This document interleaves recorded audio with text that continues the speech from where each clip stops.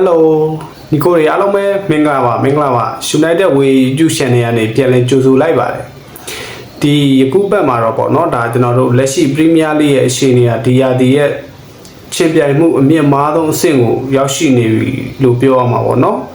ဒါတပွဲရှုံးတော့ယုံတဲ့တင်ဒါအမှတ်ပေးဆရာရဲ့အနေအထားလုံးဝပြောင်းလဲသွားနိုင်တဲ့အနေအထားတစ်ခုပေါ့လေနော်ဒါဘလို့အသေးမဆိုပေါ့နော်ဒါအမားရုံတစ်ခုလုံးမိရနဲ့ဒါဇရာအောက်ကိုထိုးကျသွားနိုင်တဲ့အခြေအနေတစ်ခုမှာရှိနေတယ်ပေါ့လေနော်ဒါဥရောပဝင်ခွင့်နေရာတစ်ခုကလည်းပေါ့နော်ဒါဘလို့ပဲဖြစ်ဖြစ်အမှတ်ကွာဟာချက်ကလည်းအရန်ကြီးကိုကျင်းပြောင်းနေရပေါ့နော်ဒါအာဆင်နယ်က58မှတ်နဲ့ဇရာထိပ်မှာရှိနေဇဲဖြစ်ပေမဲ့လည်းဒါသူ့ရဲ့နောက်မှာရှိတဲ့ဒုတိယမန်စီးရီးကလည်းကျွန်တော်တို့ပြီးခဲ့တဲ့အပတ်ကနော်ဒါဖူဟန်ကို3စီးနဲ့ဒါအနိုင်ရရှိသွားခဲ့ပြီးတော့ဒါ53မှတ်ဆိုတဲ့အနေထားနဲ့လိုက်ပြီး4မှတ်အကွာနဲ့ကတ်လိုက်နေရပေါ့လေနော်ဒါဘလူးပဲဖြစ်ဖြစ်အက်စတွန်ဗီလာဆိုလည်းဒီမှာကြည့်အမှတ်50နဲ့လုံးဝဒုတိယအောက်ကမှာကြည့်နော်တတိယနေရာမှာရှိနေတယ်အမှတ်ကတကယ်တမ်းပြောရမယ်ဆိုရင်တော့ကွာဟာချက်ကလုံးဝချင်းမြောင်းနေရနော်ဒါတပွဲရှုံးလိုက်ရုံနဲ့ဒါဘယ်အတင်းမဆိုပေါ့နော်ဒါဇရာအောက်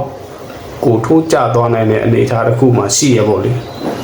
ဒါကျွန်တော်တို့ဘယ်လိုပဲဖြစ်ဖြစ်အတင်းကြီးဆိုရင် PR တော့ဒါအနည်းငယ်တော့သူတို့ရှိနေကြမှာပဲအက်စတွန်ဗီလာပဲဖြစ်ဖြစ်เนาะဒါအာဆင်နယ်ပဲဖြစ်ဖြစ်မန်စီးတီးပဲဖြစ်ဖြစ်ပေါ့လေ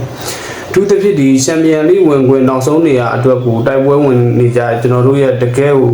ရင်ခုန်စိတ်လှုပ်ရှားစရာကောင်းတယ်မန်ချက်စတာယူနိုက်တက်အသင်းကဒါ45မှတ်နဲ့အဆင့်4မှာရှိနေတယ်ဒါပေမဲ့လည်းသူ့ရဲ့အောက်မှာပြန်ပြီးကြည့်လိုက်မယ်ဆိုရင်ပေါ့လေဒါတနက်ကွာအောင်မှာเนาะတမကြီးရှက်စီးရှိနေတယ်ဒီရှက်စီးနဲ့မန်ချက်စတာဆိုရင်လည်းဒါအမှတ်ကွာဟာချက်ကဘာမှမရှိဘူးပြန်တွေးကြရင်တပွဲစာတော့မရှိဘူးเนาะတခြားပြန်တွေးကြည့်ရင်ဒီမှာတမှတ်ပဲကွာတယ်ပေါ့လေဒါဘလူးပဲဖြစ်ဖြစ်ကျွန်တော်တို့ဒါစနေတနင်္ဂနွေအပတ်စဉ်ပွဲစဉ်တွေမှာရက်လက်မကောင်းလိုက်တာနဲ့เนาะဒါချန်ပီယံလိဝင်နေရာနဲ့ထိပ်သီးရှောက်တင်စင်ပြင်ပကိုရောက်သွားနိုင်တဲ့အချိန်တွေတခုမှရှိနေတယ်ဗျာเนาะဒါညီကိုအနေနဲ့ဘယ်လိုထင်ကြလဲဒီကျွန်တော်တို့အက်စတွန်ဗီလာမန်ချက်စတာယူနိုက်တက်ချက်စီသူ့ရဲ့အောက်မှာဆိုရင်လည်းဒါလီဗာပူးတို့ပါလို့ဆိုလည်းရှိသေးရဲ့เนาะဒီမှာဒီအစစ်တက်ကတော့ဒါကျွန်တော်အာဆင်နယ်စစ်တက်ကတော့မန်စီးတီးဒါတော့ထားလိုက်ပါတော့เนาะလွယ်ဖြစ်ကျွန်တော်တို့အမှတ်ပေးတရားဒါထိတ်ဆုံး၄တင်းကနေပြီးတော့မှဒီအာဆင်နယ်ကနေပြန်ပြီးတော့